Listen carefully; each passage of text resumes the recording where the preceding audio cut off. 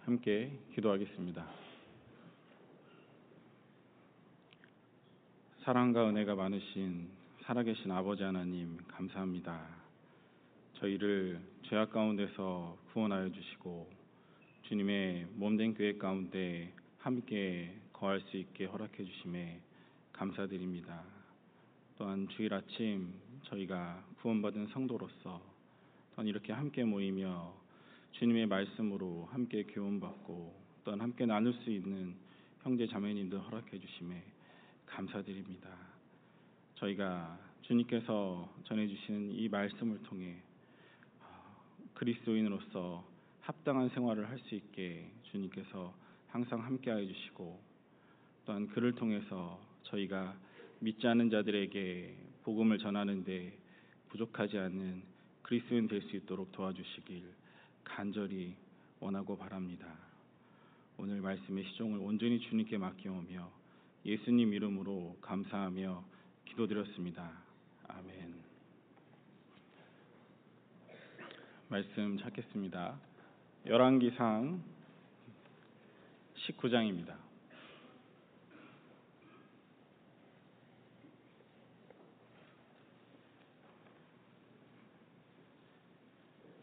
열왕기상 19장 2절부터 7절까지 말씀입니다.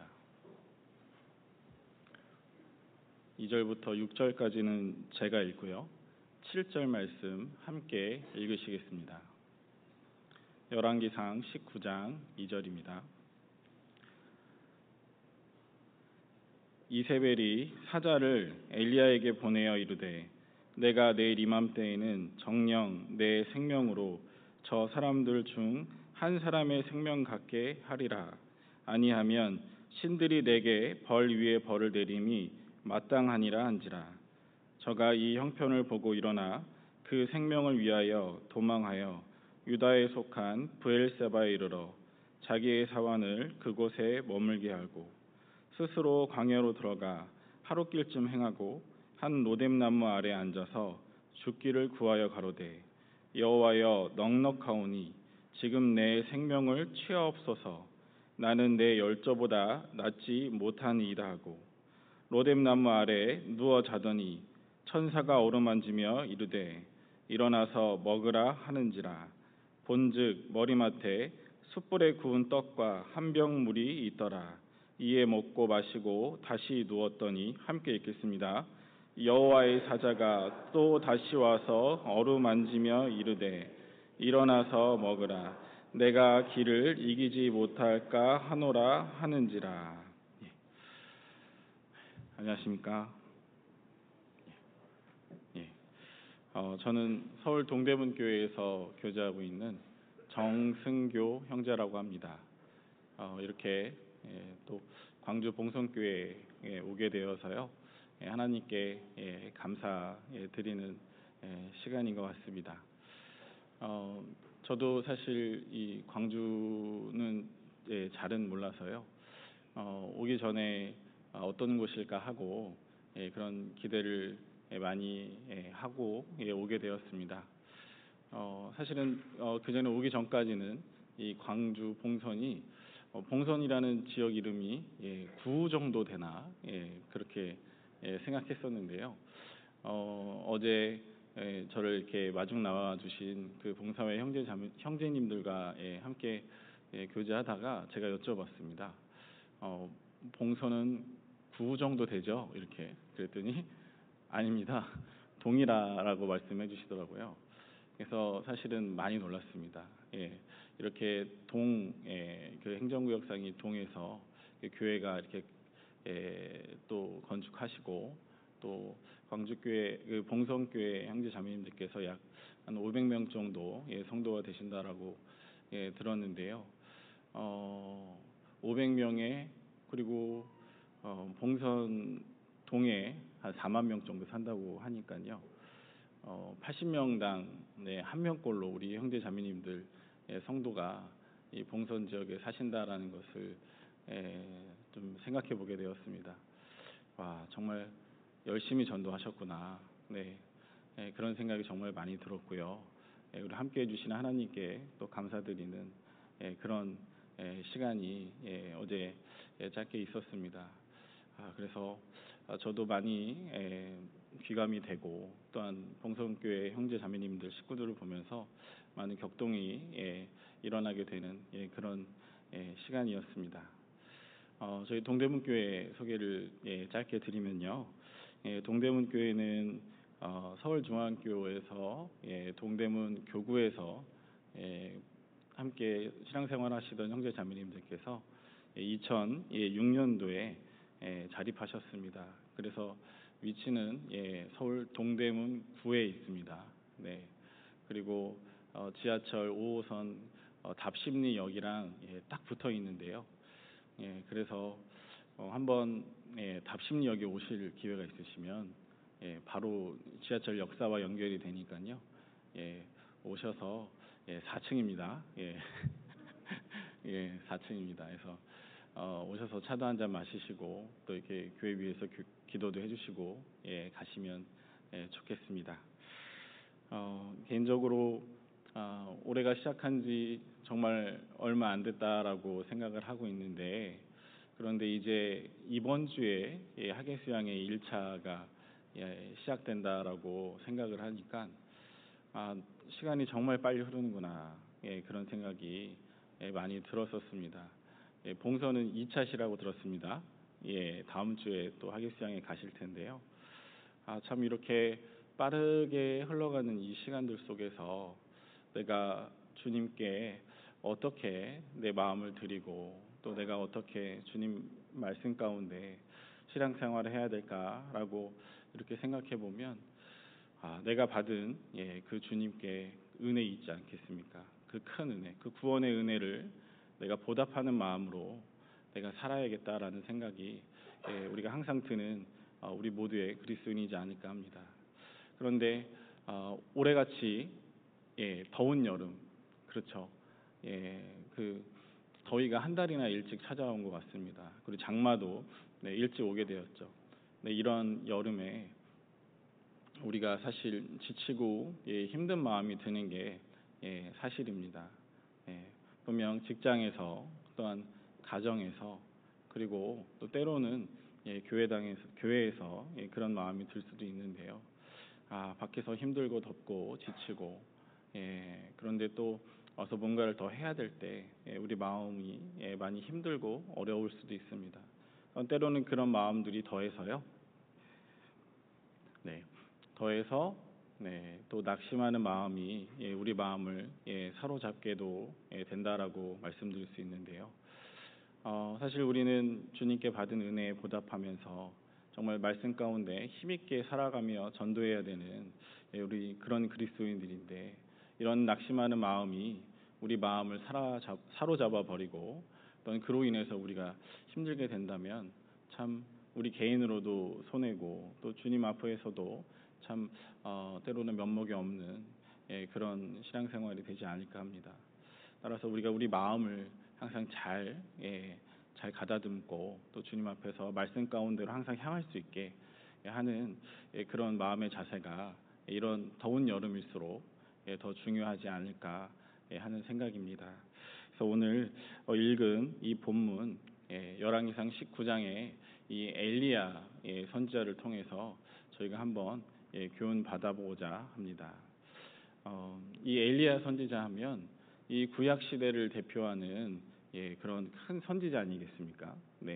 한 사람은 모세고 또 한 사람은 이 엘리야 선지자일 텐데요. 그런데 오늘 이 함께 읽은 이 열왕기상 19장의 이 엘리야의 이 모습은 사실 그 큰 선지자의 모습보다는 정말 인간적인 모습, 또 정말 힘들어하고 그 나약한 모습을 우리에게 보여주고 있습니다. 분명 우리도 이런 엘리야처럼 이런 마음을 가지고 힘들 때가 있을 수 있다. 또한 우리가 그럴 때 어떻게 이것을 극복하고 또한 이런 마음이 들지 않게 어떻게 해야 될까, 그런 생각입니다. 엘리야 선지자는 이런 큰 선지자였는데 사실 엘리야 선지자가 행했던 많은 이적들이 있습니다. 엘리야는 이 이스라엘 백성들이 이 바알과 그 아세라 신으로 인해서 그 우상을 숭배하고 또한 많이 하나님께 죄지는 그런 모습일 때요, 엘리야 선지자가 나타났습니다. 그리고 엘리야 선지자는 이 우상으로 지금 물들어 있는 이 이스라엘 백성에게 그 비가 오지 않게 하는 그런 이적을 행하였는데요. 열왕기상 17장 1절에 보면 엘리야가 기도로 인해서 우로를 이스라엘에 내리지 않게 했다라고 그렇게 말씀하고 계십니다. 이 우로는 비와 이슬입니다. 따라서 비도 내리지 않고 또 이슬도 내리지 않고 사실 식물이 자랄 수 없는 그런 정말 척박한 환경을 만든 그런 이적을 행하게 되는데요. 또한 엘리야는 이런 가뭄 때 또한 사르밧 과부를 만나서 그 통의 가루가 다하지 않게 하고 또한 그 병의 기름이 다하지 않게 하는 그런 이적도 행하게 됩니다. 또한 사르밧 과부의 죽은 아들도 엘리야 선지자가 다시 살리는 이적도 행하고요. 그리고 우리가 엘리야 하면 또 가장 먼저 떠오르는 이적 중에 하나가 그 갈멜산의 그 영적 전투가 아닐까 합니다. 그 바알 선지자 그 450인과의 그 영적 전투에서 엘리야는 이기게 되죠. 하지만 그 바알 선지자와의 그 싸움이 그 단순히 이방을 믿는 이방신을 믿는 우상의 선지자들과의 싸움으로 볼 수는 없는데요. 그 이유는 그 바알과 아세라 신을 가지고 온 게 바로 이 아합 왕의 아내 이세벨이기 때문에 그렇습니다. 이세벨은 어떻게 보면 왕비지 않습니까? 그러니까 엘리야는 바알 선지자들, 우상을 섬기는 그 선지자들과도 싸웠지만 그 이스라엘 그 왕과도 죄송합니다. 싸우게 되는 그런 큰 전투를 계속해서 벌이고 있었던 것이죠. 그런데 엘리야는 그 바알 선지자들과의 싸움에서도 이기고 그 450인을 기손 시냇가로 데려가서 다 죽이는 그런 이적도 행하게 됩니다. 열왕기상 18장을 함께 보겠습니다. 열왕기상 18장 38절 40절 말씀, 38절로 40절 말씀 제가 읽어드리도록 하겠습니다. 이에 여호와의 불이 내려서 번제물과 나무와 돌과 흙을 태우고 또 도랑의 물을 핥은지라. 모든 백성이 보고 엎드려 말하되 여호와 그는 하나님이시로다. 여호와 그는 하나님이시로다 하니 엘리야가 저희에게 이르되 바알의 선지자를 잡되 하나도 도망하지 못하게 하라 하매 곧 잡은지라. 엘리야가 저희를 기손 시냇가로 내려다가 거기서 죽이니라. 엘리야는 이렇게 뒤에 이세벨이라는 그 존재가 있는 것을 알매도 담대하게 그 바알 선지자들을 모두 데리고 가서 기손 시냇가로 그렇게 죽이게 됩니다. 그러니까 엘리야는 사실 정말 하나님과 함께하는 선지자였고 또 하나님을 정말 등에 업고 하나님의 이적을 행하면서 이런 우상 선지자들도 죽이고 또한 그 뒤에 있는 그 이세벨 또 아합 왕 그 왕과의 싸움에서도 당당하게 승리하는 그런 이세벨의 이사야의 모습을 볼 수 있습니다. 그리고 이 이사야는 이사야가 행한 이적은 여기서 그치지 않고요. 계속되는데요. 41절, 42절 말씀 함께 읽겠습니다. 엘리야가 아합에게 이르되 올라가서 먹고 마시소서. 큰 비의 소리가 있나이다. 아합이 먹고 마시러 올라가니라. 엘리야가 갈멜산 꼭대기로 올라가서 땅에 꿇어 엎드려 그 얼굴을 무릎 사이에 넣고. 엘리야는 이 바알 선지자들과의 이 영적 전투에서 이기고 나서 이제 이스라엘에 다시 비가 오게 하는 그런 이적을 행합니다. 비가 오지 않게도 엘리야가 했고 다시 비가 오게도 엘리야가 기도로서 행하고 있는 모습인데요. 그 무릎과 무릎 사이에 얼굴을 놓고 엘리야는 하나님께 간절히 기도했습니다. 그러자 이제 이스라엘에는 비가 오기 시작하는데요. 저 바다 저 멀리서 손바닥만한 구름이 일어나서 그게 점점 커지더니 이스라엘에 다시 비가 내리게 되는 그런 또 이적을 행하게 됩니다. 열왕기상 18장 45절 46절 45절 함께 읽겠습니다. 조금 후에 구름과 바람이 일어나서 하늘이 캄캄하여지며 큰 비가 내리는지라 아합이 마차를 타고 이스라엘로 가니. 아합 왕은 이제 사실 갈멜산의 전투에서 진 쪽이 되지 않겠습니까? 그래서 이렇게 다시 자신이 있던 곳으로 물러나게 되는데, 그런데 그 아합 왕에게 엘리야가 이야기하는 것입니다. 내가 비를 내리게 하겠다. 그리고 그 비가 올 테니까 그 비를 조심하라라고 그렇게 이야기해주고 있는 모습이죠. 그리고 이 아합 왕이 다시 자신의 곳으로 돌아가는 그 과정에서 또 엘리야가 다시 한번 이적을 행하게 되는데요. 46절 또 제가 읽어드리도록 하겠습니다.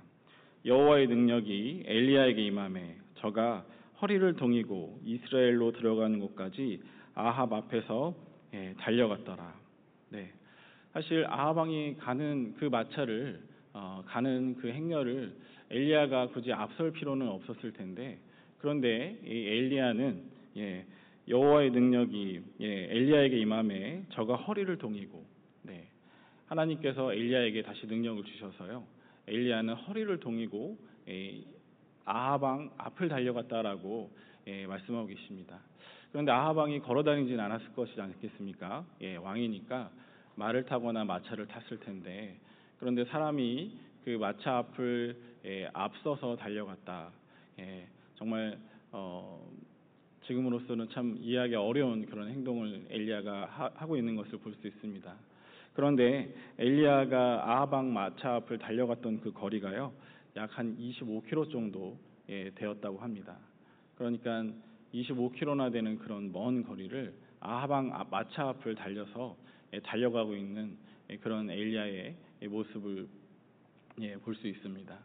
엘리야가 왜 이렇게 아합 왕 마차 앞을 달려갔을까? 분명 엘리야는 지금 계속해서 있는 이적, 또 이런 이적들을 통해서 아합 왕과 그 이세벨과의 싸움에서 어떻게 보면 승리했다라고 생각했을 수 있습니다. 사실 이 비가 내리게 한 것도 이 우상을 섬기는 이스라엘의 백성과 상관이 있지 않겠습니까? 그리고 그 비가 내리지 않게 했던 것도 아합 왕과 그 이세벨이 돌이키게 하고 싶은 마음으로 그렇게 행했습니다. 그런데 그게 쉽지 않자 또 선지자들과의 싸움에서도 이겼고요. 그리고 그 선지자들을 다 데려가서 죽였죠. 그리고 또 이어지는 것은 그 비가 오지 않게 했던 그 이스라엘 땅에 또 다시 엘리야가 기도를 해서 비가 내리게 합니다. 그리고 이제 또 아합 왕 마차 앞을 25km나 앞서 달려가는 이 엘리야의 모습. 사실 이 모든 내용들이 되게 상당히 짧은 성경 구절 속에 다 포함되어 있습니다. 그러니까 어떻게 보면 이런 모든 일들이 쉴 새 없이 그렇게 달려온 것이죠. 엘리야는 이렇게 자신이 하나님의 힘을 들어서 하나님의 능력으로 이세벨과 또 아합 왕에게 보여주면 그런 것들이 분명 이 이세벨의 마음을 돌이키고 아합 왕의 마음을 돌이키는 그런 계기가 될 것이다라고 그렇게 생각했던 것이 틀림없습니다. 자, 그런데 오늘 읽은 본문 열왕기상 19장의 엘리야의 모습은 상당히 다름을 볼 수 있는데요. 그 이유는 그 이세벨의 반응 때문에 그렇습니다. 열왕기상 19장 1절 2절 제가 읽어드리도록 하겠습니다. 아합이 엘리야의 무릇 행한 일과 그가 어떻게 모든 선지자를 칼로 죽인 것을 이세벨에게 고하니. 그러니까 이세벨은 그 갈멜산 전투에서는 없었던 거예요. 아합 왕이 갔다가 돌아와서 이세벨에게 이야기해주고 있습니다. 2절입니다. 이세벨이 사자를 엘리야에게 보내어 이르되 내가 내일 이맘때에는 정녕 내 생명을 저 사람들 중 한 사람의 생명 같게 하리라. 아니하면 신들이 내게 벌 위에 벌을 내림이 마땅하니라 한지라. 네. 사실 엘리야의 마음 또한 우리가 봐도 그렇고요. 분명 이 앞서 행했던 모든 일들은 하나님께서 해주신 일이지 않겠습니까? 분명 절대자의 그 능력이 없으면 행할 수 없는 그런 큰 일인데도 불구하고, 그리고 그 모든 것을 아합 왕도 보고 이세벨도 봤을 텐데, 그런데 문제는 이세벨의 마음이 바뀌지 않았던 겁니다. 그런데 오히려 이 엘리야를 잡아서 죽이겠다라고 그렇게 엘리야에게 사람을 보내서 맹세하고 있는 그런 모습인 것이죠. 그러니까 엘리야는 이 이세벨의 모습을 보고 자신이 생각했던 것과 너무나도 달랐던 것입니다. 그래서 이제 엘리야는 3절에 저가 이 형편을 보고 이세벨이 하고 있는 그 자신을 협박하고 있는 그 말이죠. 이 형편을 보고 일어나 그 생명을 위하여 도망하여 유다에 속한 브엘사바에 이르러 자기의 사환을 그곳에 머물게 하고, 자신의 생각과 너무 달랐던 그 이세벨의 반응에 엘리야는 이제 더 이상 무언가를 할 수 없음을 깨닫고 이제 도망하게 됩니다.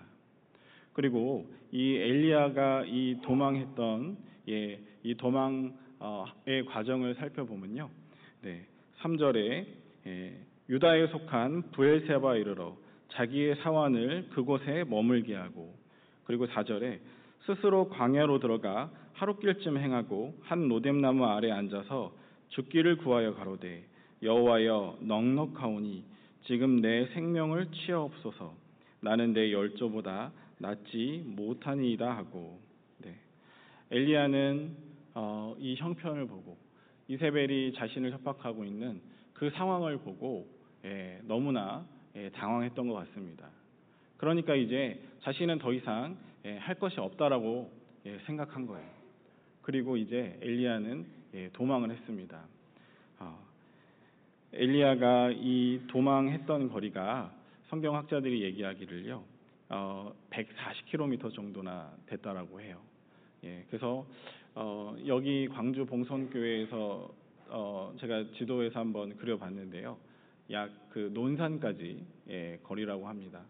상당히 먼 거리지 않겠습니까? 그 거리를 엘리야는 도망을 했습니다.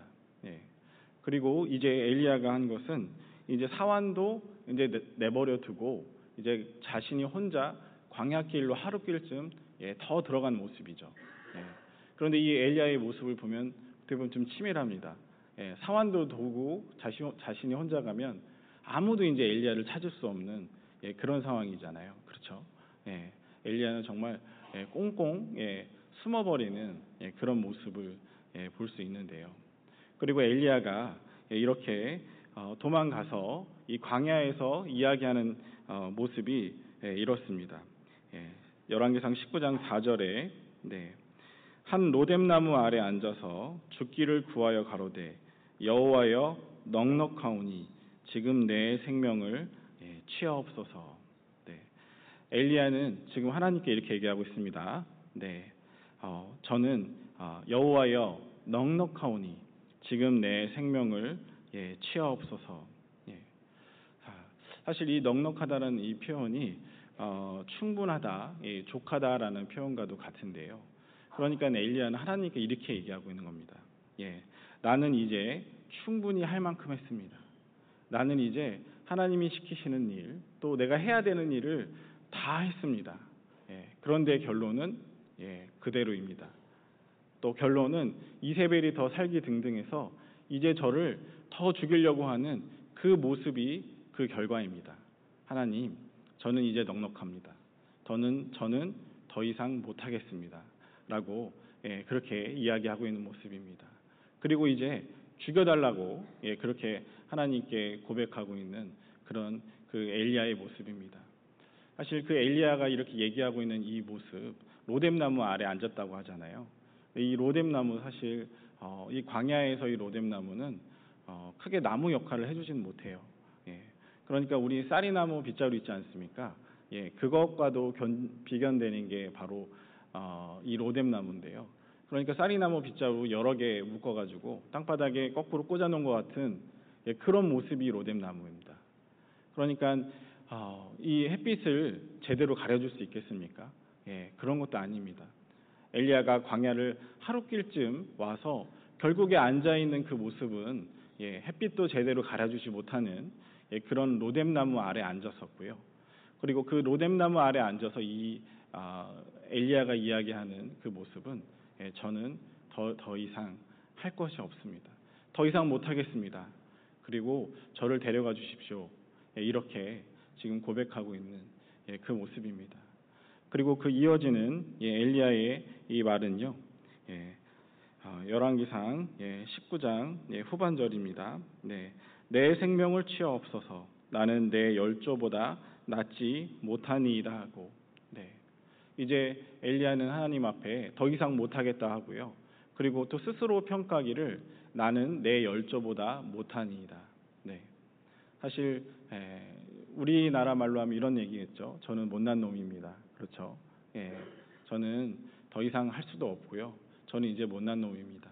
내 조상들은 이렇게 훌륭했지만 나는 더 이상 그 조상들과 미치지 못하는 그런 사람입니다라고 그렇게 고백하고 있습니다. 분명 이 엘리야의 이 모습 너무 급박하게 흘러갑니다. 18장에는 정말 하나님의 힘을 빌어서 정말 많은 이적을 행했던 엘리야. 그런데 갑자기 19장에 그 이세벨의 그 한마디, 너를 잡아 죽이겠다. 꼭 그러겠다. 그런 이세벨의 한마디에 이 엘리야가 어떻게 이렇게 갑자기 180도 변해서 이렇게 죽기를 구하고 있을까 생각해 보면 분명 엘리야의 마음에 낙심이 찾아왔기 때문에요. 그 엘리야 마음이 이제 더 이상 힘들어서 못하겠다라는 그런 마음이 찾아왔기 때문에 지금 엘리야의 모습이 이렇게 되었다라고 생각해 볼 수 있습니다. 이 낙심이라는 단어 우리 자주 쓰지 않겠습니까? 낙심이라는 단어를 사전에서 찾아보면요, 이 한자로도 잘 아실 테지만 이 떨어질 낙에 마음 심자를 쓰고 있습니다. 그래서 마음이 떨어진다라는 그런 의미가 낙심인데요. 그래서 어떤 일로 인하여 마음이 절벽에서 떨어져 기운을 잃은 상태를 이 낙심이라고 정의하고 있습니다. 그러니까 절벽에서 떨어진다. 어디 있어야 될 장소에서 떨어졌다는 얘기지 않겠습니까? 그래서 우리 신앙생활에 우리 그리스도인에게 이것을 적용해 본다고 하면 사실 그리스도인이 마음이 있어야 될 곳은 주님 옆이겠죠. 그렇죠. 주님 옆에서 주님을 믿고 또 주님을 따라가는 그런 모습이 우리의 마음의 위치, 마음의 모습일 텐데, 그런데 이 낙심은 그 있어야 할 그 자리에서 그 믿음이 떨어졌다. 내 마음이 주님을 향해야 되고 주님과 함께해야 되는데 그 마음이 떨어졌다라고 생각해 볼 수 있습니다. 분명 이 엘리야의 모습과도 같겠죠. 18장까지는 정말 믿음으로 힘있게 그렇게 하나님 일을 했던 엘리야였는데요. 그런데 갑자기 19장에 와서는 도망하고 있죠. 그런 엘리야의 모습입니다. 그런데 어떻게 이렇게 엘리야가 이렇게 낙심할 수 있었을까? 그것에 대해서 좀 더 생각해 보면요. 엘리야는 분명 자신이 생각했던 결과가 있었습니다. 그러니까 지금 엘리야가 이렇게 됐던 가장 큰 이유 중에 하나가 바로 자기가 생각했던 그 결과에 미치지 못하는 그 현재 상황에 엘리야가 상당히 실망하고 있는 모습을 볼 수 있는데요. 엘리야는 그 앞서 행했던 그 많은 이적도 있지 않겠습니까? 비가 오지 않게 하고 또한 바알 선지자들과의 싸움도 있었고요. 그리고 또 다시 비가 오게 하고 그리고 그 기뻐서 아하방 마차를 앞서를 달려가는 그런 모든 모습들, 그런 모습들을 통해서 아하방과 이세벨이 바뀌길 원했던 겁니다.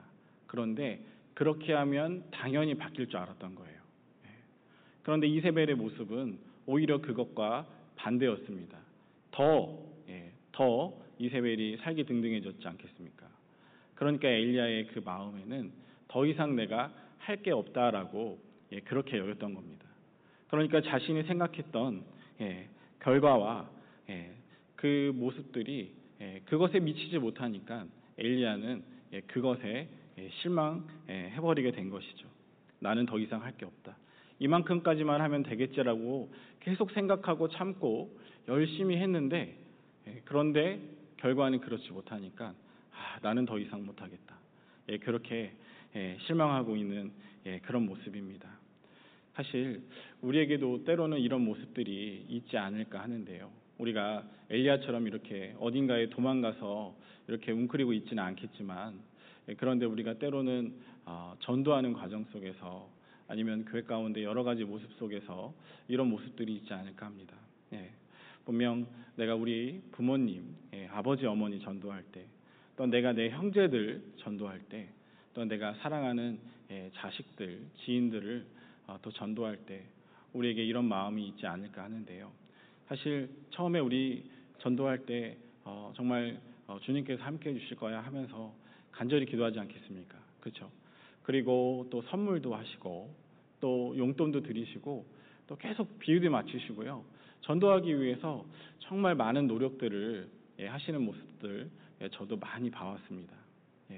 그런데 문제는 그 전도 대상자들의 마음이 너무나도 강팍할 때 내가 수년 동안 아니면 십수년 동안 정말 공들여서 노력해서 이렇게 했는데 그 나의 그런 모든 수고와 그 나의 모든 노력에도 내가 전도하고 있는 그 전도 대상자들의 모습이 여전할 때 내 마음에 때로는 이런 낭망 또 실망이 들게 됩니다. 우리 부모님은 아닌가? 아니면 내 자식들은 안 되나? 이렇게 우리 마음속에 그런 생각이 들기도 하고요. 그리고 때로는 나의 그런 전도 상태가 또 다른 형제 자매님들과의 비교가 될 때도 또 그런 나에게 낙심이 올 때가 있습니다. 분명 저분들은 정말 저분들의 부모님은 먼저 구원받고 또 열심히 신앙생활을 일찍부터 하고 계시는데 그런데 왜 우리 부모님 아니면 내 자식들, 내 형제들은 아직도 내가 그렇게 노력하는데도 불구하고 그대로일까? 왜 아직도 그 모습일까? 라고 나에게 그런 마음이 올 때 내 마음에 그 전에 열정이 넘치는 그 전도의 모습이 사라질 수 있습니다. 분명 이 엘리야와 같은 그런 힘든 마음이 우리에게 찾아올 수 있는데요. 때로는 이런 낙심하는 마음, 또 우리가 열심히 교회 가운데 또 직분을 받아서 봉사할 때도 때로는 올 수 있습니다. 나는 이런 마음을 가지고 정말 열심히 힘써 계획하고 또 준비하고 또 이렇게 그것을 또 이행하기 위해서 열심히 노력하는데 나와 함께 하시는 분들이 또 내 마음과 같지 않을 때 그럴 때 있잖아요. 그렇죠? 그러면 또 내 마음속에 정말 힘들다. 정말 왜 이렇게 나만 해야 될까 하는 그런 생각이 또 올 때도 있고요. 그렇게 되면 이걸 내가 언제 나 혼자 이렇게 언제까지 이렇게 끌고 가야 되지? 그런 마음이 들 때도 있습니다. 그리고 이런 마음은 사실 나에게 외로움 때문에 주는 마음일 수 있는데요. 혼자라고 생각하면 사실 외롭지 않겠습니까? 그런데 이 혼자라는 마음이 사실은 이 엘리야에게도 있었습니다. 열왕기상 18장을 보겠습니다. 열왕기상 18장 22절입니다.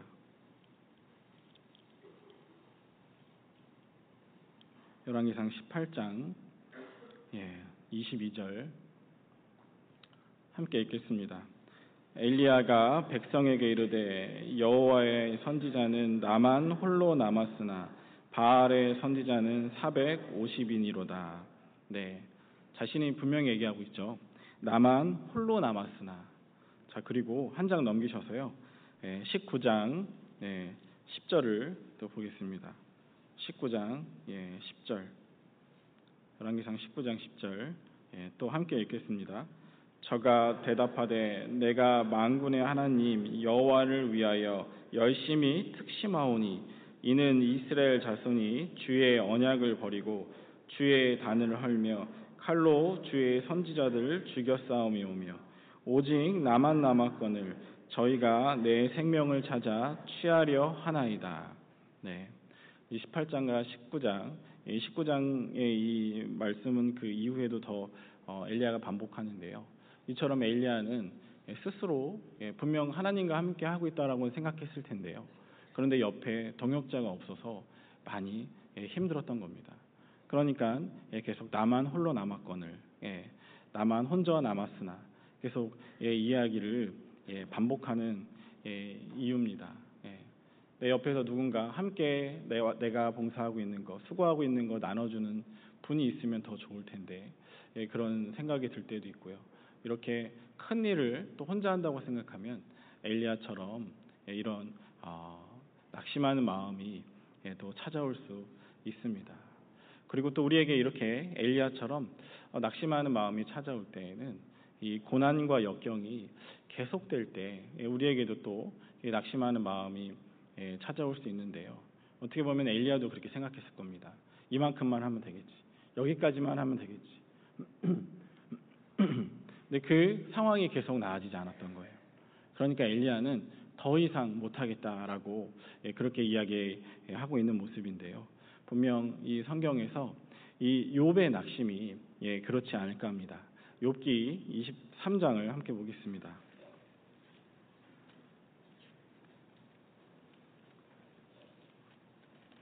욥기 23장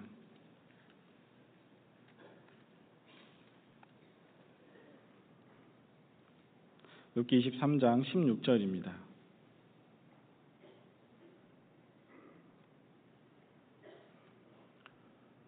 찾으셨으면 함께 읽겠습니다. 하나님이 나로 낙심케 하시며 전능자가 나로 두렵게 하시나니. 사실 그 욥의 고난이 우리에게도 그렇게 허락이 된다면 우리도 욥처럼 이렇게 견딜 수 있을까 하는 그런 생각이 드는 게 사실인데요.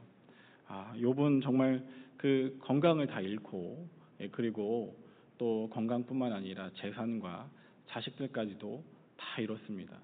그런 상황에서 자신은 계속해서 기왓장으로 자기 몸을 긁고 있고 또 자신의 부인은 또 여호와를 저주하고 죽으라는 그런 이야기를 옆에서 하고 있습니다. 그리고 자신을 찾아온 그 욥의 친구들은 그 욥의 잘못된 점을 계속해서 이야기하고 있죠. 사실 욥에게는 정말 큰 어려움과 그런 큰 시련일 텐데요. 참 욥이 이렇게 나로 낙심케 하시며 낙심하게 했다. 분명 이렇게 욥처럼 많은 고난들, 이런 역경들이 계속될 때 우리에게 찾아올 수 있습니다. 또한 이 모습은 다윗에게도 있었는데요. 사무엘상 함께 보겠습니다. 사무엘상 30장입니다.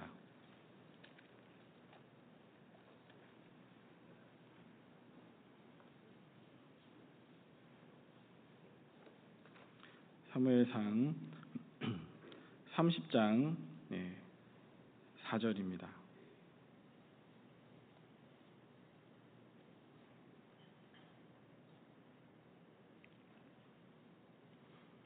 사무엘상 30장 4절 함께 읽겠습니다.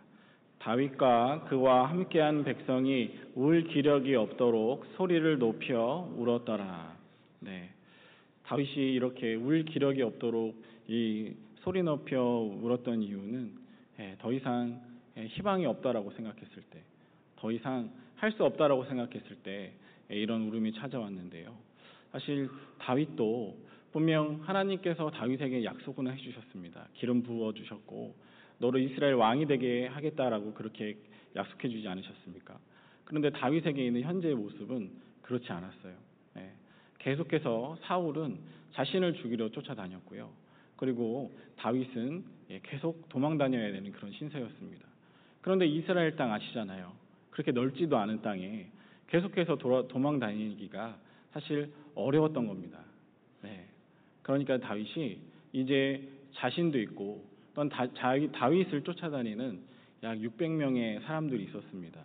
그러니까 전투하는 사람들이 600명이니까 그 가족들까지 하면 훨씬 더 많았을 것입니다.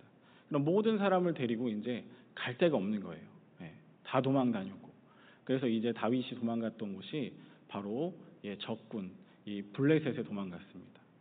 이 블레셋에 도망갔는데 마침 그 블레셋 왕 그 아기스가 다윗을 좋게 봤어요. 그래서 이 아기스가 이 시글락이라는 성을 다윗에게 주고 그곳에 머물게 해줬습니다. 그런데 문제는 다윗이 블레셋으로 가게 됐다. 뭐 지금에 보면 망명이라고 보통 표현하죠. 성경에도 망명이라고 되어 있는데요. 이 망명을 했을 때 문제는 블레셋과 이스라엘이 또 싸우게 되는 사건이 일어납니다. 그러니까 그 아기스 왕이 블레셋과 이스라엘을 싸우는데 다윗을 같이 데리고 가요. 그러니까 다윗은 이제 어떻게 해야 되냐? 그 이스라엘 왕으로 기름 부은 자가 이스라엘 백성과 싸워야 되는 사실 그런 말도 안 되는 그런 상황이 다윗에게 허락이 되는 그런 모습이지 않겠습니까? 그런데 다윗은 다행히 하나님께 도움을 받습니다. 이 블레셋 이 군대 장관들이 다윗을 싫어하는 거예요. 그도 그럴 것이 다윗이 블레셋에게는 어떤 존재입니까? 그 최고의 장수 골리앗을 죽인 사람이잖아요.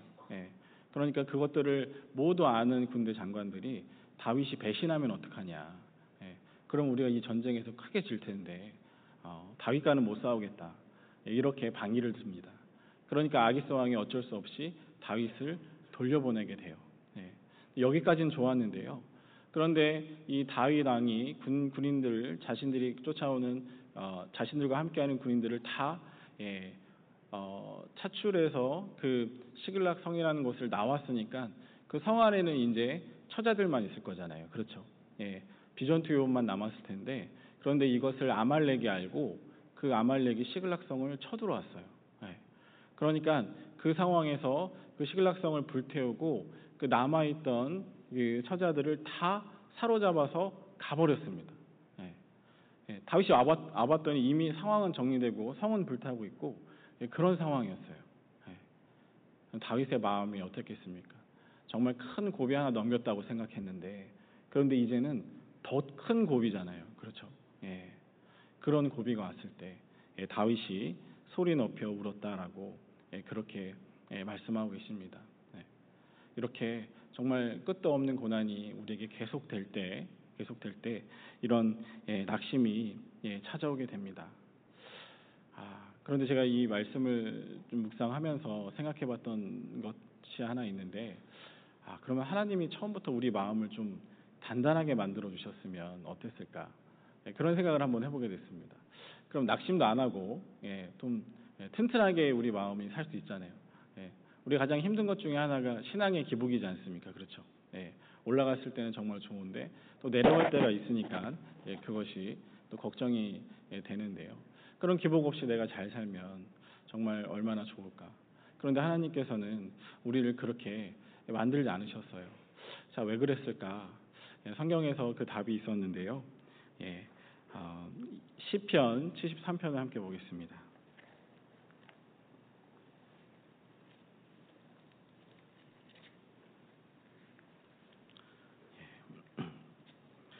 시편 73편입니다. 시편 73편 26절 말씀입니다.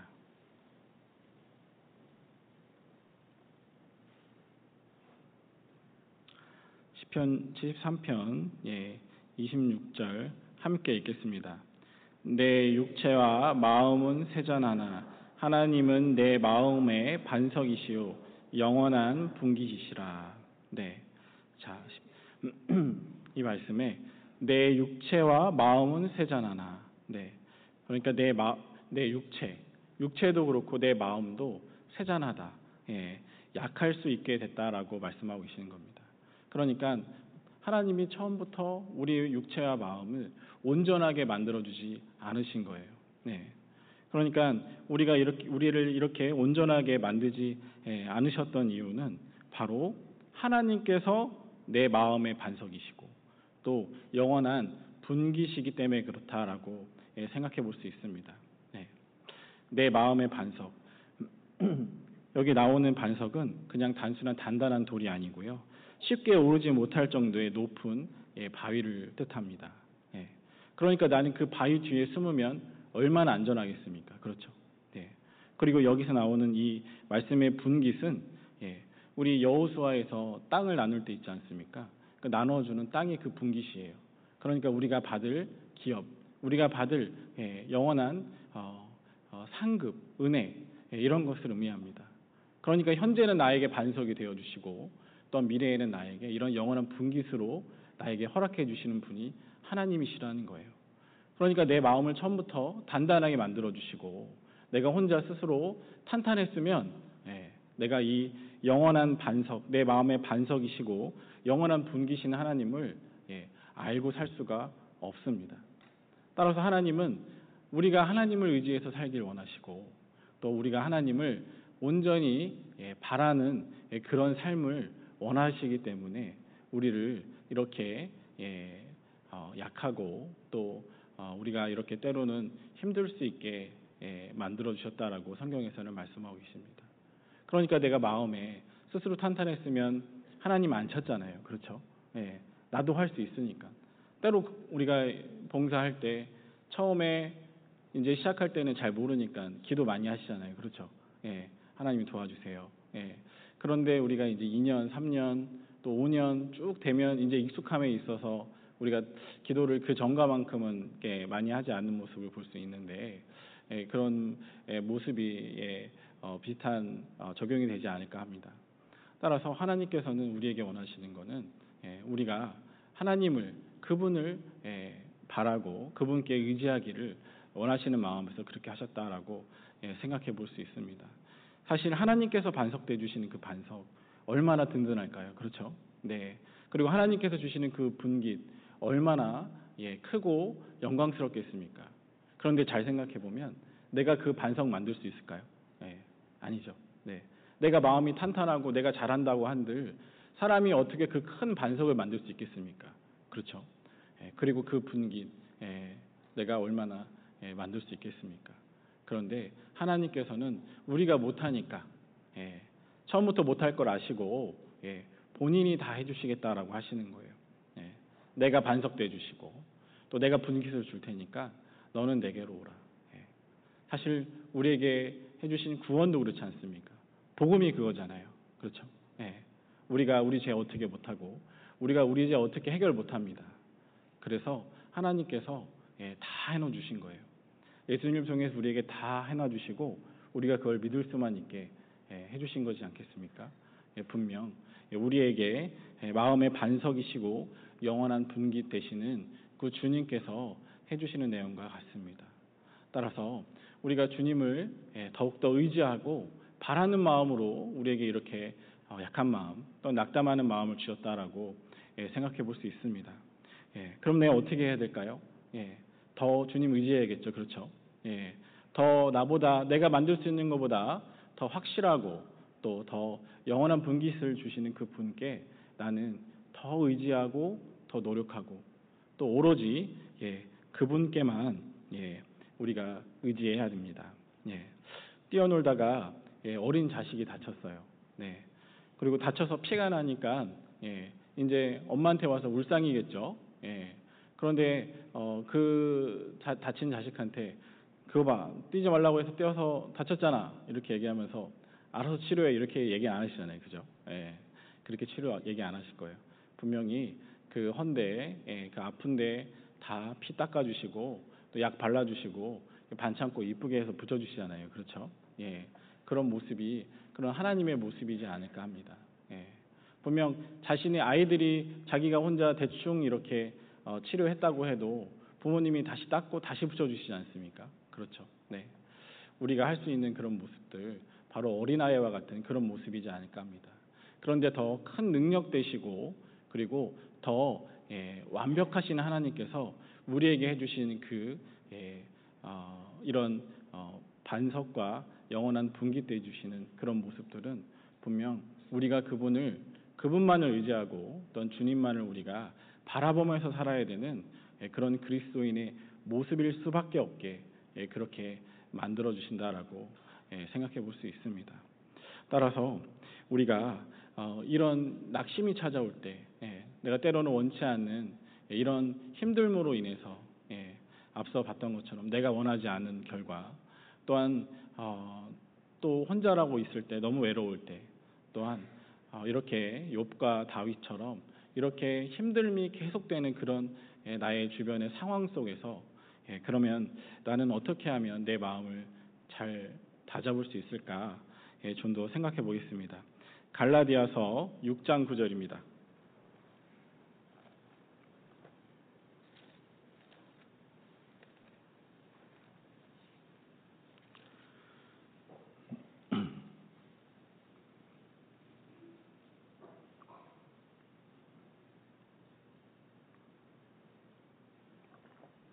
갈라디아서 6장 9절 말씀입니다. 함께 읽겠습니다.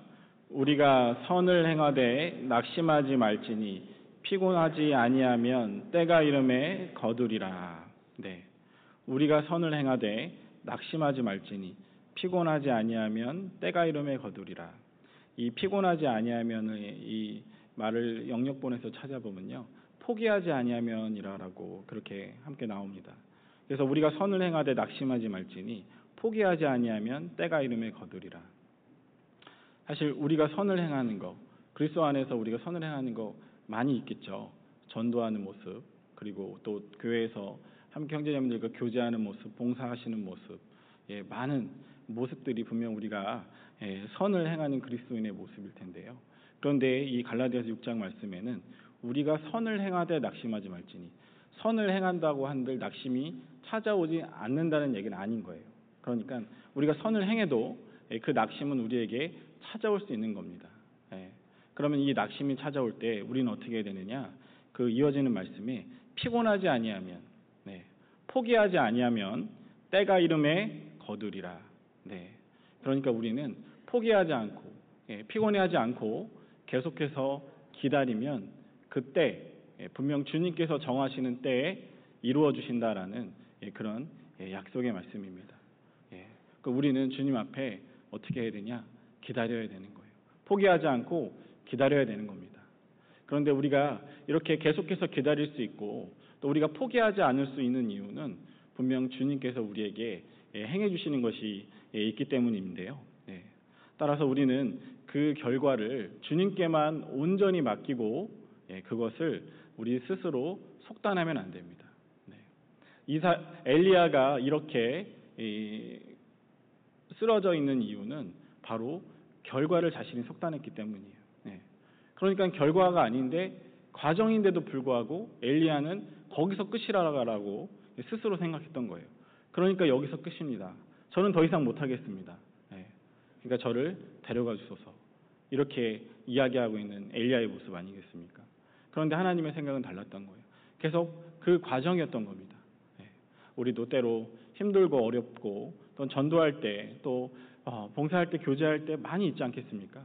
그런데 그런 모든 모습들이 주님께서 나를 바꿔가시고 또 주님께서 주님이 하시는 그런 과정이다라고 생각하셨으면 좋겠습니다.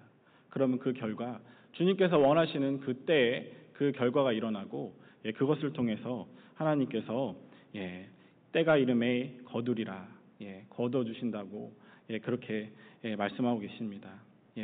그런데 우리가 그 하나님의 말씀을 항상 그렇게 쫓을 수 있는 이유는 하나님의 생각은 이렇다고 말씀하시기 때문인데요. 이사야 55장입니다.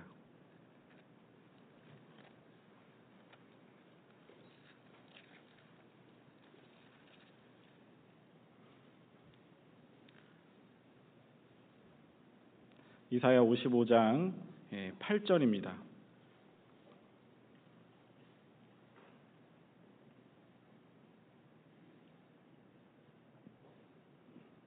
함께 읽겠습니다. 여호와의 말씀에 내 생각은 너희 생각과 다르며 내 길은 너희 길과 달라서. 하나님께서 우리에게 말씀해 주시는 것은 내 생각은 너희 생각과 다르다. 그러니까 우리는 과정과 결과를 우리 스스로 생각해서는 안 되는 거예요. 그렇죠? 그러니까 우리는 내 생각은 너희 생각과 다르시다고 하시는 그분의 생각을 우리는 믿고 우리는 그분의 생각을 구해야 됩니다. 그리고 내 길은 너희 길과 달라서 이 길은 우리가 어디로 가는 방법 수단이잖아요. 그렇죠? 예. 그러니까 하나님이 사용하시는 방법과 수단은 우리와 다를 수 있는 거예요. 내가 생각하는 수단, 내가 생각하는 방법이 맞겠지. 보통 그런 것들은 경험치에서 많이 나오는데요. 예. 그런 경험치를 가지고 내가 그렇게 생각한다면 하나님은 아니다라고 말씀하고 계십니다. 그런데 하나님의 생각이 다르고 하나님의 길이 다른 방향이 어떤 방향이냐? 이어지는 9절 말씀입니다. 함께 읽겠습니다. 하늘이 땅보다 높음같이 내 길은 너희 길보다 높으며 내 생각은 너희 생각보다 높으니라. 하나님이 생각하시는 그 생각은 우리보다 높다는 거예요. 그리고 하나님의 길은 우리 길보다 높다는 겁니다. 우리보다 더 많이 아시고 모든 것을 아시는 그 주님의 생각은 당연히 우리보다 높겠죠. 그리고 모든 것을 아시는 주님의 그 방법과 수단은 분명 우리 것과 비교되지 않겠습니다. 그럼 우리는 어떻게 되느냐? 주님의 생각을 구하고 주님의 방법을 구하고 그 주님의 길을 구하는 그런 그리스도인의 모습이어야 합니다. 그러니까 우리는 때가 이름에 낙심하지 말지니 피곤하지 아니하면 때가 이름에 거두리라. 이 말씀을 우리는 계속해서 믿고 주님을 따라가야 되는 겁니다. 엘리야와 같은 이 마음, 분명 우리에게 교훈을 주시기 위해서 우리에게 말씀하고 계시겠죠. 엘리야가 앞서 많은 이적을 행했습니다. 그러면 계속해서 쭉 가야 되는 거예요. 중간에 내가 여기까지만 하면 되겠지. 내가 이만큼만 하면 되겠지. 그런 마음은 우리를 이렇게 결과적으로는 낙심하게 되는 그런 마음을 갖게 될 수 있습니다. 우리가 계속 해왔던 것처럼 우리가 전도도 우리가 생각했던 그 시간과 그 때가 있는 것이지 사실 내가 원하는 때가 있는 것이지 그 때를 내가 사실 놓아버린다면 그냥 쭉 내가 하던 대로 하던 노력대로 하던 수고대로 그 정성대로 내가 계속 하게 되면 그분의 마음은 계속해서 바뀔 거예요. 그리고 결과적으로는 때가 이름에 거두리라. 주님이 원하시는 그 때에 주님이 원하시는 그 시간에 하나님께서 거두게 해주신다라고 그렇게 말씀하고 계십니다. 제가 동대문 교회에 와가지고 이제 올해 왔습니다. 그래서 이제 그 새로 뵙는 목사님들과 이렇게 함께 교제를 하면서 배웠던 것이 꽃이 피는 시기가 다 다르더라고요. 웃으실 수도 있는데 그 전에는 꽃은 피는구나 이렇게까지만 생각했는데 꽃이 피는 순서가 다 있더라고요. 그래서 올 겨울부터 쭉 지켜봤는데 매화꽃이 먼저 피고 그 다음에 벚꽃이 피고 그리고 더워지니까 장미가 피기 시작하더라고요. 그런데 이 참 그 꽃들의 피는 시기를 보고 깨달은 게 하나 있습니다. 다 이쁜 꽃이구나. 다 이쁜 꽃이구나. 먼저 핀다라고 더 중요한 꽃도 아니고 나중에 핀다라고 덜 중요한 꽃이 아니겠구나 하는 것을 느꼈습니다. 참 그 꽃들을 다 우리에게 이쁘잖아요. 그렇죠? 근데 사실 그 꽃이 그 피는 계절이 다 다르다고 하는데요. 그런데 봄, 여름, 가을, 겨울 그 꽃들이 다 피는 꽃도 있더라고요. 심지어 겨울에 피는 꽃도 있다고 들었는데 그 꽃들이 다 있더라고요. 그러니까 그 꽃이 피는 시기가 사실 저는 벚꽃이 제일 이쁜 꽃인 줄 알았어요. 벚꽃 축제도 하고요. 이렇기 때문에 그런 줄 알았는데 장미꽃도 이쁘고 다른 꽃들도 상당히 이쁜 것을 이제 조금씩 나이 드니까 알게 되는 것 같습니다. 그렇게 알게 되는데 느꼈던 것은 정말 이 시기 분명 그 꽃이 피는 시기를 정해주신 것 하나님이시잖아요. 그렇죠? 하나님이 창조하실 때부터 이 꽃은 이때 피라고 말씀해 주신 거예요. 그러니까 그 시기를 정하시는 분은 하나님이신데 그런데 내가 그 시기가 빠르고 늦다고 해서 덜 이쁘고 덜 중요한 꽃이 있다고 생각하면 정말 안 되겠다. 그런 생각을 좀 하게 되는 시간이 있었던 것 같습니다. 우리도 마찬가지인 것 같아요. 우리가 전도하시는 분들, 우리 부모님, 자식들 어떤 분은 좀 빨리 돼서 먼저 신앙생활 하시지만 그렇다고 늦게 돼서 사실 뭐 덜 중요하거나 그런 건 아니시잖아요. 그렇죠? 나는 그분이 구원만 받으면 돼요. 예. 그러니까 좀 더 참고 기다리시고, 예. 또 원망하는 마음, 또 실망하는 마음, 예. 그런 마음 다 버리시고요. 온전히 그때 주님께서 허락해 주시는 그때가 있겠다라고 생각하시고 계속해서 준비해 주셨으면 좋겠습니다. 그 중국 극동 지방에는 그 모소 대나무라는 대나무가 있다고 합니다. 근데 이 모소 대나무가 좀 특징이 있는데요. 이 대나무는 씨앗이 뿌려진 후에 4년 동안 그 싹이 3cm밖에 안 자란다고 해요. 4년 동안은 3cm만 자란다고 합니다. 그러니까 이 농부 입장에서는 얼마나 답답하겠습니까? 싹이 안 올라오면 그 씨가 죽었는 줄 알고 다시 갈아엎던지 뿌리면 되는데 싹은 3cm 올라와서 4년 동안 계속 그대로 있는 거예요. 그러니까 농부 입장에서 상당히 답답할 텐데, 그런데 신기하게도 5년째가 되면 약 6주 동안에 15m나 되는 성장을 이룬다고 합니다. 15m. 15m 나무를 이렇게 앞에서 보면 상당히 높습니다. 그렇게 폭풍 성장을 5년째 한다고 해요. 그러니까 농부가 이 모소대나무를 잘 모르고 기다리지 않고 그렇게 4년째 겨울에 너무 답답하고 화가 나서 이 대나무 밭을 갈아엎었다고 하면 이 5년째 몇 개월만 기다리는 그 5년째에 생기는 그 대나무 숲을 볼 수 없지 않겠습니까? 그렇죠. 그런데 신기하게도 이 모소 대나무는 4년째 우리가 보기에는 3cm만의 성장을 이루는데요.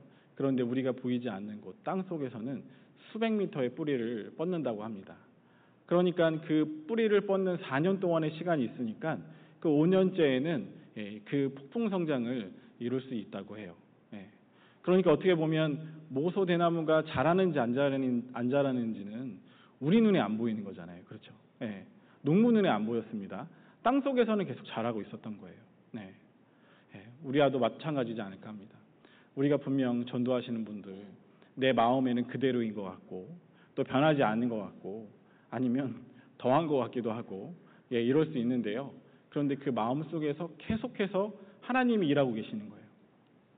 내 눈에만 안 보이는 거예요. 내가 느껴지지만 않는 거예요. 그럼 우리가 계속해서 주님께 바라는 마음으로, 기다리는 마음으로, 포기하지 않는 마음으로 계속해서 우리가 준비해 나간다면, 또 그분들의 전도를 위해서 수고하고 노력해 나간다면 분명히 그 때가 이룰 때 분명히 주님께서 거두게 해주신다라고 약속하고 계십니다. 그런데 우리가 준비하는 과정은 게을러져서는 안 되겠죠. 그렇죠? 잠언 말씀 찾아보겠습니다. 잠언 21장 31절입니다. 잠언 21장 31절. 잠언 21장 31절 말씀입니다.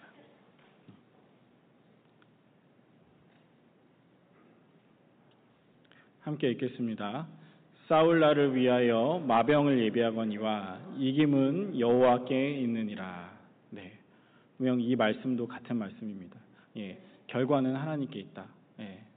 내가 싸울 날을 위하여 마병을 예비하지만 이기든 지든 그 결과는 다 하나님께 있다라고 말씀하고 계십니다. 그런데 우리가 준비해야 될 것은 분명 싸울 날을 위하여 마병은 반드시 준비해야 되는 거예요. 이것은 사람 편에서 해야 되는 겁니다. 우리 인간 편에서 해야 되는 거예요. 그러면 우리는 주님께 그 때를 맡기고 그 결과를 맡기고 계속해서 과정이겠구나 생각하고 이렇게 마병을 준비하는 마음, 계속해서 준비하고 노력하고 수고하는 마음 우리에게 분명 필요하다라고 말씀드릴 수 있습니다. 우리가 분명 이렇게만 한다면 우리가 계속해서 더 간절히 기도할 수 있겠죠. 포기하는 마음보다는 더 간절한 마음으로 우리 마음속에 가득하지 않을까 생각합니다. 자, 그리고 엘리야가 또 이런 낙심이 들었던 이유 중에 하나가 오직 나만 남았거늘이라고 반복하고 있었는데요. 사실 우리가 엘리야의 그 모습을 보면요, 엘리야가 혼자 한다라고는 전혀 저는 성경을 읽으면서 생각을 못했습니다. 분명 하나님께서 해주시니까 그 엘리야가 그런 큰 능력들을 행할 수 있지 않았겠습니까? 그런데 엘리야의 그 마음에는 어떻게 보면 이 하나님께서 주시는 그 능력이 자신의 능력이다라고 생각했을 수도 있을 것 같아요. 예. 그러니까 이건 내가 하는 거, 예. 그리고 이거는 내 능력이다라고 어느 정도는 생각했을 수도 있을 것 같습니다. 그러니까 엘리야가 나 혼자만 남았거늘 이렇게 하나님 앞에 당당히 얘기하고 있거든요. 예. 근데 우리도 그런 마음을 좀 조심해야 된다라고 말씀드릴 수 있습니다. 시편 46편 좀 앞으로 넘겨보겠습니다. 시편 46편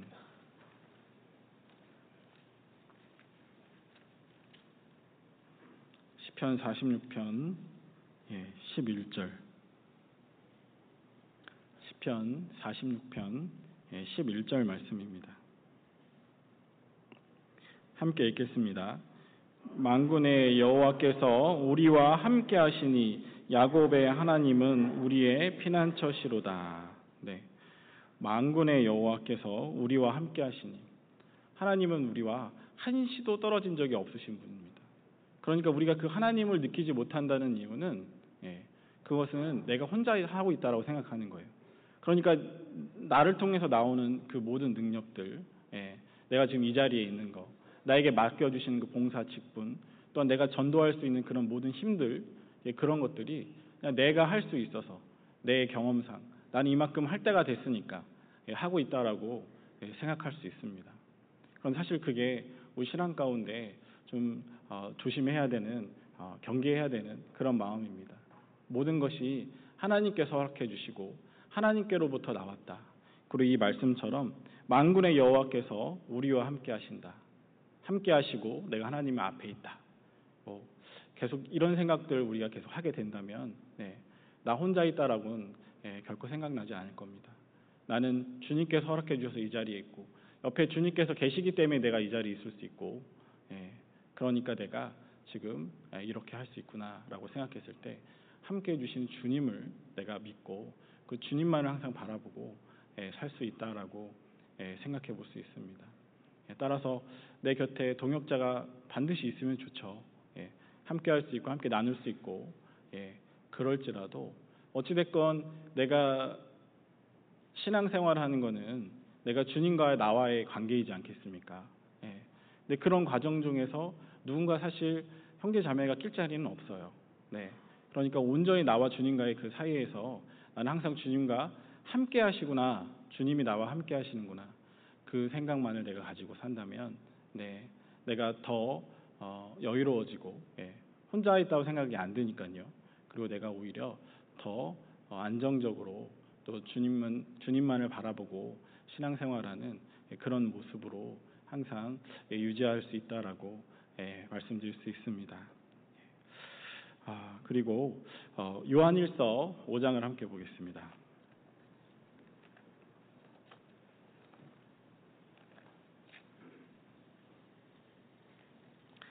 요한일서 5장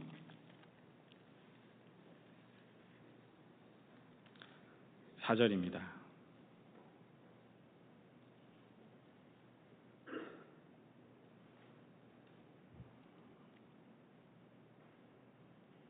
요한일서 5장 4절 함께 읽겠습니다. 대저 하나님께로서 난 자마다 세상을 이기느니라. 세상을 이긴 이김은 이것이니 우리의 믿음이니라. 사실 엘리야 이 선지자가 싸웠던 것은 어떻게 보면 세상이지 않겠습니까? 그렇죠. 엘리야 선지자 주변에 있는 세상, 엘리야 주변에 있는 환경들, 그런 것이 될 수 있습니다. 그런데 우리가 이 예수님이 오시고 나서 이 시대를 살고 있는 우리 그리스도인들로서 우리가 더 명심하고 살아야 될 것은 우리 주님이 함께 하신다. 우리 세상을 이기신, 먼저 세상을 이겨주시고 먼저 앞서 행해주신 그 예수님이 나와 함께 하신다. 그리고 예수님이 그 세상을 먼저 이겨주셨기 때문에 내가 그 세상을 이길 수 있다라고 생각하셨으면 좋겠습니다. 분명 예수님이 세상을 이기실 때의 모습을 한번 잘 생각해 볼 필요가 있는데요. 그냥 싸워서 이기신 게 아니잖아요. 그렇죠? 예수님이 세상을 이기신 방법은 반대였습니다. 온전히 고난받으시고 고난받으시고 정말 힘들고 어려운 그 상황을 통해서 이 세상을 이기셨잖아요. 그리고 결국 우리를 구원의 길로 인도하시는 그 일을 하시고 다시 올라가셨습니다. 분명 우리가 하나님이 예수님이 그 세상을 그렇게 이기셨던 그 방법 우리에게도 분명 교훈을 주고 우리가 그 발자취를 쫓아오게 하는 그런 방법이 틀림없습니다. 우리는 주님이 세상을 이기셨기 때문에 그리고 주님이 세상을 이기신 그 방법대로 우리가 살아야 하는 그런 그리스도인이다라고 우리는 알고 있습니다. 따라서 내게 오는 이런 모든 고난들, 힘듦, 이런 모든 역경들 한번 생각해 보셔요. 주님께서는 이거보다 더한 거 받으셨다. 그리고 주님께서 그 고난을 통해서 구원하고자 하셨던 그 대상들은 바로 내가 아닐까. 그렇죠. 그런데 나의 그 신분을 다시 한번 주님께 생각해 볼 필요도 있는데요. 나는 구원받기 전에 죄인이지 않았겠습니까? 그렇죠. 죄인은 주님 앞에 설 수도 없는 그런 존재잖아요. 성경에서는 버러지다, 또 벌레다, 구더기와 같은 그런 인생이라고 말씀하셨는데요. 내가 그 인생이었는데도 불구하고 나를 위해서 돌아가 주신 주님. 근데 그 돌아가 주신 그 방법은 엄청나게 큰 고난이었습니다. 여기 누구도 벌레 대신 돌아가 주실 분은 없으시죠? 그렇죠? 네, 당연하죠. 벌레의 생명값과 우리의 생명의 가치는 너무나도 차이가 나기 때문에 그런데요. 그런데 주님은 그렇게 안 하셨어요. 주님은 우리를 위해서 돌아가 주시고 또 우리를 위해서 그렇게 고통당하시고 돌아가 주셨습니다. 우리가 주님의 그 모습, 주님이 세상을 이기신 그 모습을 볼 때 우리는 이 세상을 통해서 이렇게 낙심하지 않고 또 고난받지 않고 고난이 있을지라도 그 고난을 주님을 생각하며 이기시는 그런 모습이셨으면 좋겠습니다. 고린도전서 15장을 함께 보겠습니다.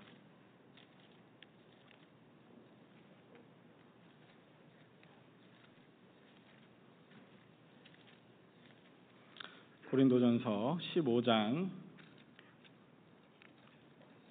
58절입니다.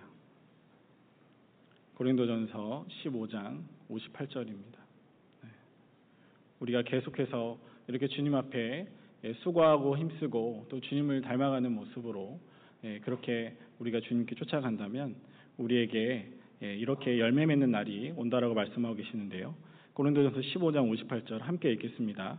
그러므로 내 사랑하는 형제들아 경고하며 흔들리지 말며 항상 주의 일에 더욱 힘쓰는 자들이 되라. 이는 너희 수고가 주 안에서 헛되지 않은 줄을 알미니라. 자, 내 사랑하는 형제들아 경고하며 흔들리지 말며 경고할 일이 필요한 거예요. 흔들릴 수 있다는 겁니다. 그런데 그러지 말라는 거예요. 그리고 항상 주의 일에 더욱 힘쓰는 자들이 되라. 우리가 해야 되는 것은 주님이 정하시는 그때 그 결과를 우리가 기다리면서 주의 일에 계속해서 힘쓰는 자들이 돼야 함을 우리에게 교훈해 주고 계십니다. 또한 우리가 그렇게 할 때 우리의 수고가 주 안에서 헛되지 않은 줄 알미니라. 분명 우리의 수고, 우리의 노력, 그 우리의 그런 모든 희생은 분명 주님 앞에 헛되지 않고 그것이 우리에게 상급으로 또는 우리에게 영원한 영광으로 우리에게 있을 것이다라고 그렇게 약속하고 계십니다. 히브리서 10장 함께 보겠습니다.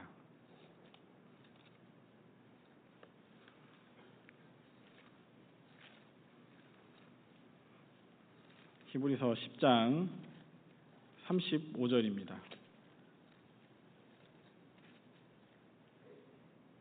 히브리서 10장 35절, 36절 말씀 함께 읽겠습니다. 그러므로 너희 담대함을 버리지 말라. 이것이 큰 상을 얻느니라. 너희에게 인내가 필요함은 너희가 하나님의 뜻을 행한 후에 약속을 받기 위함이라. 여기 계신 모든 분들 분명 주님께서 원하시는 때에 그 결과가 있다고 말씀드렸지 않겠습니까? 그래서 우리는 담대함을 버리지 말고 그 상을 쫓아서 그 상을 바라시면서 그렇게 함께 했으면 좋겠습니다. 그것이 위에서는 36절에 인내가 필요하다. 우리에게 분명 인내가 필요하다라고 분명히 말씀하고 계시는데요. 그런데 우리가 이 인내를 하면서 계속해서 포기하지 않고 기다리면 하나님께서는 약속을 우리에게 이루어 주신다라고 그렇게 말씀하고 계십니다.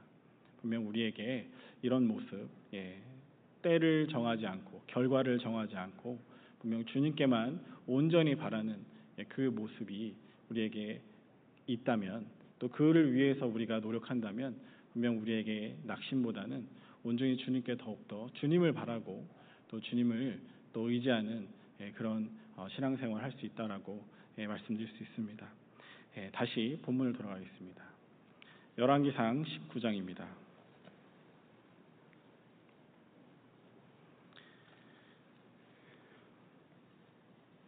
열왕기상 19장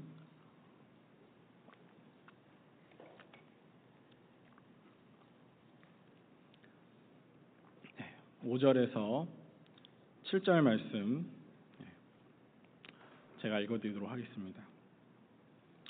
로뎀나무 아래에 누워 자더니 천사가 어루만지며 이르되 일어나서 먹으라 하는지라. 본즉 머리맡에 숯불에 구운 떡과 한 병 물이 있더라. 이에 먹고 마시고 다시 누웠더니 여호와의 사자가 또 다시 와서 어루만지며 이르되 일어나서 먹으라. 내가 길을 이기지 못할까 하노라 하는지라. 이 5절에서 이 7절 말씀 분명 정말 이 지쳐 쓰러져 있는 그 엘리야에게 정말 따뜻하게 하나님께서 위로해 주시는 그 모습을 볼 수 있습니다. 사실 엘리야가 행했던 그 앞서 행했던 모든 일들을 우리가 생각한다면 우리는 엘리야한테 어떻게 얘기할까요? 뭐 저만 돼도 뭐 등짝을 한 대 치지 않을까 합니다. 그러면서 빨리 일어나야지. 앞에서 행했던 모든 것들 잊었느냐? 다시 일어나야지. 네가 여기 와서 지금 이러고 있을 때가 아니다.라고 그렇게 이야기했을 것 같은데요. 이것은 지극히 인간의 생각이고 하나님의 생각은 이렇지 않았습니다. 하나님은 엘리야에게 이렇게 행하고 계십니다. 6절에 본즉 머리맡에 숯불에 구운 떡과 한 병 물이 있더라. 이 먹을 것을 주시면서요, 일어나 먹으라 하는지라. 그러니까 이 천사가 이 엘리야에게 와서 먼저 어루만집니다. 어루만져 주고요. 그리고 일어나서 먹으라. 그리고 먹을 것을 준비해 주고 계시죠. 그러니까 엘리야가 왜 여기 와 있는지, 왜 이런 모습인지, 엘리야가 얼마나 힘든지 이런 거 일절 얘기 안 하셔요. 그러니까 지금 상황에서 엘리야를 회복시키시는 그런 말씀입니다. 사실 앞서 보면 엘리야에게 정말 많은 일이 있었죠. 그렇죠? 짧지 않은, 그러니까 길지 않은 시간 동안에 많은 일들이 엘리야에게 있었습니다. 그리고 사실 도망도 엄청 먼 거리를 도망갔잖아요. 그러니까 이제 엘리야의 마음은 이미 이세벨 때문에 지치고 힘들고 낙담하고 이제 엘리야는 그 육신까지도 이제 지쳐가지고 쓰러져 있는 이 엘리야의 모습을 볼 수 있는데요. 그런데 이 엘리야의 모습에 하나님께서는 엘리야에게 꼭 맞는 그런 위로를 해주고 계십니다. 아무 말씀도 않고요. 어루만져 주시는 거예요. 사실 우리 부모님이, 우리 어머님이 우리 아플 때 해주시는 그런 모습이지 않을까 하는데요.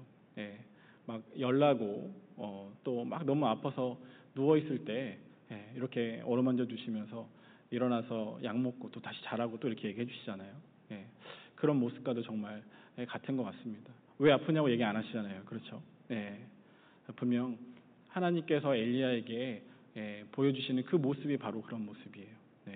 일어나서 먹으라. 그리고 또 다시 재웁니다. 그리고 또 다시 일어나서 재우고 먹이고 그런 모습으로 계속 엘리야를 위로하고 계시는데요. 우리가 낙심하지 않으면 좋겠지만 분명 우리에게 낙심하는 마음, 또 낙심이 우리에게 찾아온다면 하나님께서는 우리를 이 엘리야를 위로해 주셨던 하나님이 우리에게 또 동일한 은혜로 이렇게 위로해 주신다라고 생각해 볼 수 있습니다. 우리가 그런 하나님을 믿고 또 우리가 가는 게 사실 얼마나 기쁘겠습니까? 분명 우리는 항상 이 하나님을 의지하고 또 이 하나님께 모든 걸 간구하고 또 하나님께 모든 걸 물어보면서 살아야 되는 그리스도인이 맞습니다. 분명 하나님께서는 이렇게 엘리야가 힘들 때 위로해 주셨던 것처럼 우리가 연약할 때, 성도가 연약할 때 우리의 믿음에 맞게, 분량에 맞게 이렇게 위로해 주신다라고 생각해 볼 수 있습니다. 따라서 우리가 그렇게 우리를 위로해 주시는 하나님을 믿고 산다면 분명 지금은 힘들고 어렵고 이해 안 되는 부분이 있더라도요, 그분을 기다리고 그분의 때를 기다리고 또는 그분의 결과를 기다리면서 우리가 살 수 있다라고 말씀드릴 수 있습니다. 자, 이제 하계 수양회가 이제 다음 주부터 있으시잖아요. 또 좀 더 부지런하신 분들은 1차 때부터도 가시는 분들이 있을 거다라고 생각을 합니다. 그러면 이 하계 수양회 때 우리 목적은 또 전도가 될 것이고 또 봉사가 되실 텐데요. 그런데 그 모든 과정에서 우리는 분명 주님께 모든 걸 의지하고 가셨으면 좋겠습니다. 그리고 하계 수양회는 7차다라고 생각하셨으면 좋겠어요. 우리가 가는 해당 차수는 한 차수지만 다른 차수 간다고 말리는 사람 없잖아요. 그렇죠? 또 날짜도 너무 좋습니다. 금토일월 계속되잖아요. 내가 진짜 하계 수양회는 7차다. 7번의 기회가 나에게 있다라고 생각하고 한 분을 1시간만이라도 그 믿음간 대강당에 앉혀놓겠다라고 한번 생각해 보셔도 좋을 것 같습니다. 내가 정말 사랑하고 아끼는 사람이 나에게 하루 1시간 이렇게 할애 안 하신다고 하면 사실 그 관계에 대해서 다시 한번 생각해 보셨으면 좋겠습니다. 분명히 되실 거예요. 그렇게 된다는 생각으로 그런 믿음을 가지시고요. 3박 4일 분명히 첫 번째는 3박 4일 다 참석하셔서 구원 받는 거겠지만 만약에 그게 안 돼서 그게 엄두가 안 나서 못 모셔가겠다라고 생각하지 마시고 7번의 기회가 나에게 있구나. 그리고 토요일 한 분, 주일 한 분 따로따로 모셔가시면 더 많은 기회가 있지 않겠습니까? 그런 생각으로 그렇게 올 여름 함께 해주셨으면 좋겠습니다. 그렇게만 된다면 하계 수양회 때는 한 번 모셔가지만 1시간 모셔가지만 그 이후에 가을과 겨울도 있잖아요. 그렇죠? 우리에겐 더 많은 시간들이 있어요. 그러면 이것을 통해서 밭가리가 되고 또는 밭가리를 통해서 올 한 해 더 많은 영혼들이 주님 앞에로 돌아오게 되는 그런 큰 역사가 반드시 있을 것이다 라고 생각합니다. 그리고 이번에 모셔가시는 분들 정말 간절한 마음으로 기도하시고 하지만 그 마음에 그 때는 주님께 있다. 그리고 내가 포기하지 않고 계속해서 준비한다면 싸울 날을 위하여 마병을 내가 계속해서 준비한다면 그 결과 분명 때가 이름에 거두리라라고 말씀하시는 그 주님의 약속의 말씀처럼 분명히 나한테 해주시겠다라고 생각하시고 행하시는 올 여름이 되셨으면 좋겠습니다. 기도하겠습니다.